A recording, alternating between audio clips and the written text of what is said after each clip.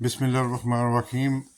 N S C کی meeting کے بعد، ڈیفنس کمیٹی کی میٹنگ کے بعد حالات ایک دم چینج ہونا شروع ہو گئے ہیں، لیکن آئی ایس آئی میں بیٹھے ہوئے وہ کرندے جو کہ رجیم چینج کے ہیں، وہ اپنی حرکتوں سے ابھی تک باز نہیں آ رہے۔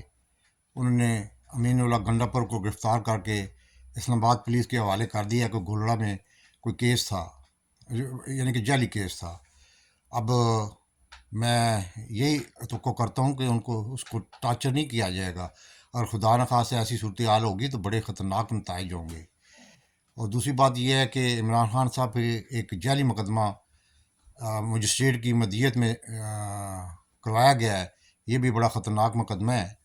یعنی کہ ابھی تک وہ بندے جو ہے نا وہ اپنے حرکتوں سے باز نہیں آ رہے، اور میں تو بار بار اپیل کر رہا تھا 3 مہینے سے کہ عاصم منیر صاحب اگر اپنے آپ کو چیف آف سٹاف سمجھتا ہے، سپاہ سالار سمجھتا ہے، اس کو لات نزاکت کا احساس کرنا چاہیے، اور ان لوگوں کو رائٹ وے چینج کرنا چاہیے تاکہ ملک میں ایک بہتر فضا قائم ہو سکے، کیونکہ جو ملک کی صورتحال بن رہی ہے وہ یعنی کہ اس امپورٹڈ حکومت نے ہر وہ حربہ استعمال کی ہے جو ان کو اقتدار کو دوام بخشنے کے لیے انہوں نے سپریم کورٹ پر 1997 کی طرح حملہ کر دیا ہے۔ انہوں نے چیف جسٹس کو جس طرح ذلیل کر رہے ہیں، جس طرح ججوں کو ذلیل کر رہے ہیں، جس طرح ان کے اختیارات کو ہڑپ کرنے کے لیے امینڈمنٹ لائی گئیں، جس طرح ملک کے حالات اس نیج پہ پہنچا دیے گئے ہیں کہ میں نہ مانوں والی بات ہے کہ الیکشن نہیں کروانے۔ لیکن الیکشن تو جو ہے نا وہ جمہوریت کا ایک پہلا سٹیپ ہے، جسے عوام اپنے منتخب نمائندوں کو منتخب کرتی ہے، اور اللہ تعالیٰ کے بعد عوام ہی اس پاکستان میں اقتدار کے مقدر اعلیٰ ہے۔ ریاست جو ہے وہ بھی عوام سے ہی بنتی ہے۔ اگر ریاست یہ کرنا شروع کر دے کہ لوگوں کو پکڑو، ان کو تشدد کرو، ان کو ننگا کرو، ان کو ذلیل کرو، تو ایسی ریاستیں کامیاب نہیں ہوتی، ایسی ریاستیں بنانا ریپبلک سے بدتر ہو جاتی ہیں۔ اور میں کہتا ہوں کہ میں خراج تحسین پیش کرتا ہوں نیوی کے چیف کو اور ایئر فورس کے چیف کو، جس کی وجہ سے عاصم منیر کا جھنڈا اور شہباز شریف کا جھنڈا پائے تکمیل تک نہیں پہنچا۔ اس میں ابھی بھی جو انٹرفیئر ہو رہا ہے باہر سے، بیرونی دنیا کی طاقتوں کے جو ایجنٹ ہیں وہ مطلب کہ الرٹ ہوئے ہیں۔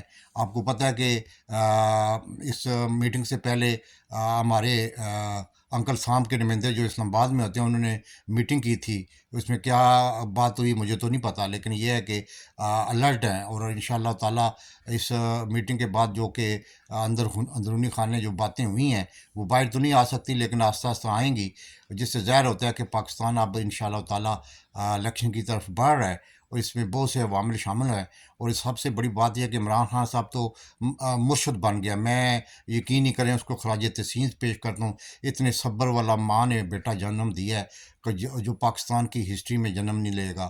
قائدین کے بعد وہ بندہ ایسا ہے بیٹھا ہوا اپنے وہ کیا کہتے ہیں گھر میں، اور بچوں سے، لوگوں سے، عورتوں سے، بچوں سے جس طرح وہ مل رہا ہے، جس طرح وہ افطاری کرتا ہے، جس طرح وہ سحری کرتا ہے، ایک مرشد ہے، مرشد بن گیا خدا کی قسم۔ وہ اگر خدا نخواستہ کوئی ایسی بات ہوگی تو اس کے لوگ جا کے نہ دعائیں کروائیں گے، اور لوگ مطلب کہ اپنے لیے مطلب کہ فیض حاصل کیا کریں گے۔ لیکن اللہ تعالیٰ اس کو زندگی دے، اللہ تعالیٰ اس کی اپنے حفظ و مان میں رکھے۔ وہی پاکستان میں آج جس نے ہر ایک چیز کو چیلنج کیا، اور آج اللہ تعالیٰ کی مدد سے اس کو ابھی تک تو کامیابیاں مل رہی ہیں، کل کا مجھے پتہ نہیں ہے۔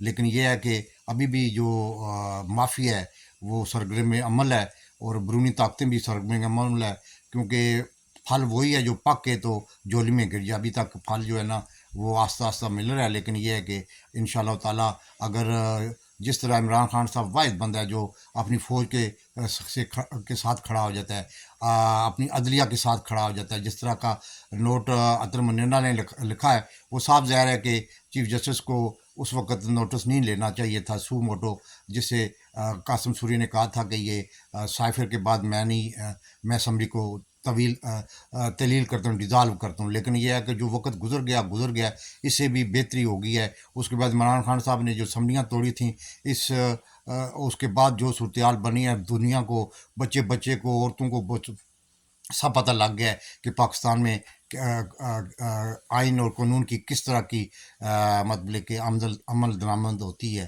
اور یہ بھی اچھا کیا اس نے کہ سب کو ننگا کر دیا ہے. اب سارے ننگے ہو کے پھر رہے ہیں، انہوں نے صرف کچھا پہنا ہوا ہے.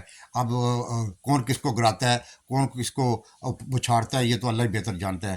لیکن یہ ہے، میں جو سمجھتا ہوں کہ اب جو NSC کی میٹنگ کے بعد حالات جو ہے نا وہ چینج ہونا شروع ہو جائیں گے، کیونکہ جو نظر آ رہا ہے نا ہر ایک چیز بعض دفعہ جو ہوتی ہے نا وہ انسان کو نظر آ جاتی ہے.